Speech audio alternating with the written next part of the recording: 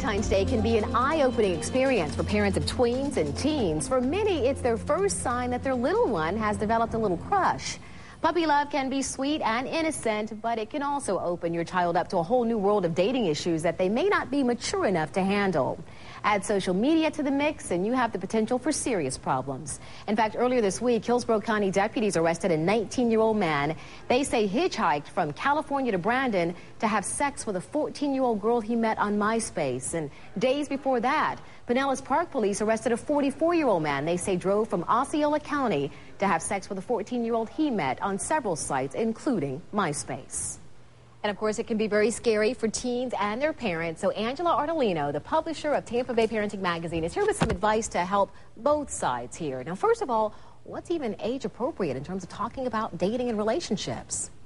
There is really no, to say that what age is right is not the issue. The issue is to start talking about it as soon as you see that they're interested in the opposite sex and are interested, and when they start talking about Valentines and feelings and things like that. So as early as 8, were you talking about that? Absolutely. I mean, I remember with my own stepdaughter that at 8 years old, you know, I could tell that she was really interested in boys and that it was a time to start talking about it and relationships, and it doesn't need to be that you can be friends with boys. And then at that point, it was very important for me to meet everybody that she was interested in, whether it was a boy or a girl, to have them come over, meet the friends, have the discussion with them, and have an open conversation with them, so then when she was at the age of dating, we're all out there. We can communicate with each other. It shouldn't be made a taboo subject. It shouldn't be something that starts to get talked about when they become 15, 16 years old, when it's appropriate for them to date.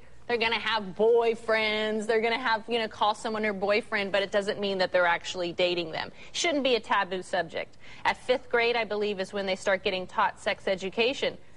Sit down with your child, open up everything that they taught in school and go over it. Do you know what that means?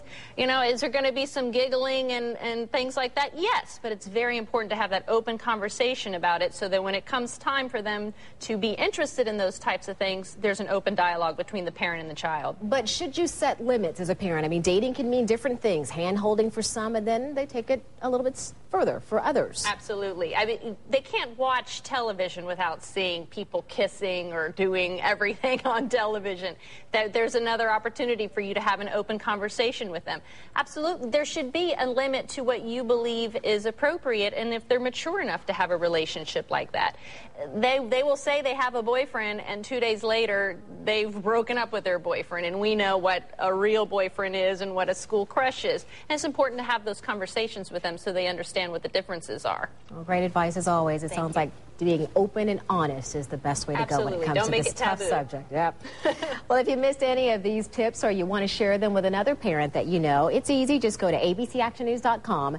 You can also find help with a variety of issues on Angela's website, Tampa Bay Parenting. That's tbparenting.com.